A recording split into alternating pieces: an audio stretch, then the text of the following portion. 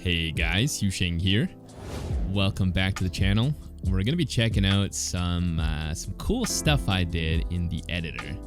So as you guys know, I posted a video on the patch. I don't really feel like they achieved a lot of their goals here. I like their goals, but I don't really feel like they met them. And I want to especially focus on this second goal for this video. So second goal is to continue reshaping Protoss tools for high-level gameplay. And I don't really feel like any of their changes did that. I mean, I guess you could argue the overcharge energy or the energy overcharge sort of did that, but I've got some cooler stuff. Okay, let's go into the editor. This one's on the current patch. So first thing I want to do is just show you how the current carrier works. Let me just give this some armor and stuff so it doesn't die. And okay, so we've got your current carrier, right? This unit is so lame.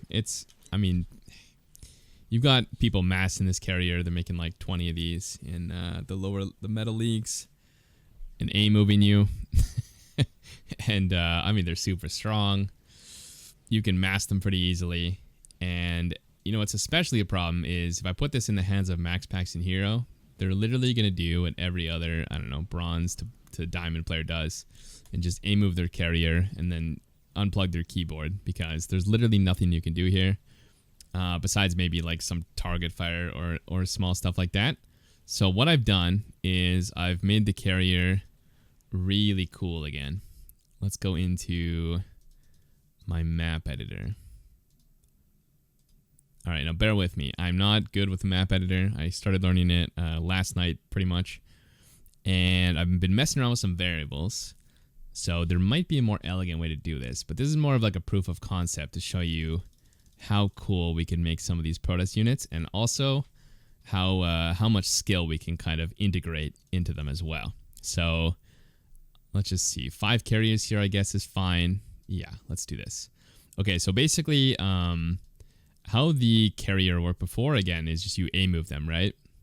So the way I have it here is we bring it in, and it's going to auto-launch, just like the battle cruiser. So you can, you can bring them in, you can like micro them back, you can have them tank a little bit so that the interceptors are not dying as quickly. And I mean, just like some basic pullback even. So they're way more microable. There is a downside of imposed, and the idea with the downside is I want to make them really good for high-level players, and then have their power be kind of weaker if you, are not as strong of a Protoss player. So basically, there's way more variance in the skill expression for the player based on how good you are at micro. So I've given them a pretty big drawback. This might be too much for sure. Just keep in mind this is proof of concept. So you can make these carriers really skill intensive. All right. So I've made them super slow to get started. I was thinking of pairing this with a buff to make them even faster at full speed maybe. But basically, they take a long time to get started. So if you, for example, you lay your carriers idle and then you try to get them moving again, you're going to get this kind of slow deceleration up to their normal speed, which means that you have to kind of keep them moving as you micro them, or you're going to get punished a little bit. Or maybe a better way to put it is that if you keep them moving, you're going to get rewarded. So one thing I think is really cool with this is, again, if you're a hero, you're going to be able to do this pretty easily, micro your carriers. But if you're in platinum, and I mean, if you're in platinum, you know for sure people are abusing mass carrier like crazy because it's so easy to build. If you are playing in platinum and somebody A-moves you with their carriers, they're going to, I might need some more Hydra to showcase this. They're going to stop moving when they start attacking. So, sorry guys. I also need the Hydra upgrade. Okay. So when they stop to attack, they're going to restart that whole process. So if they try to run, for example, it's really hard for them to actually do that. And so you're going to be able to pick off a lot of these carriers on the retreat with something like the Hydra. And on top of that, you have the what's it called? Microbial Shroud.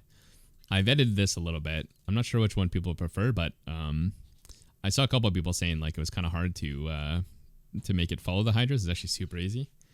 So what I did was make the microbial shroud follow the hydra instead of having to be in one place.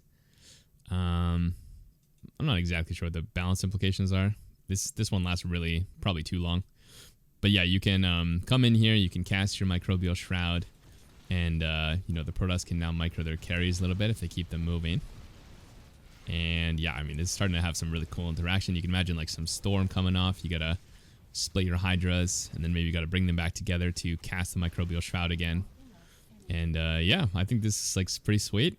It's maybe the numbers aren't quite correct here, but yeah, this is just a proof of concept. So hopefully you think that this is much cooler. I mean, the current carrier is incredibly lame, so it didn't take much work to make it cooler. But hopefully you like this. So if you have any other suggestions, leave them in the comments, and I will see you guys in the next video.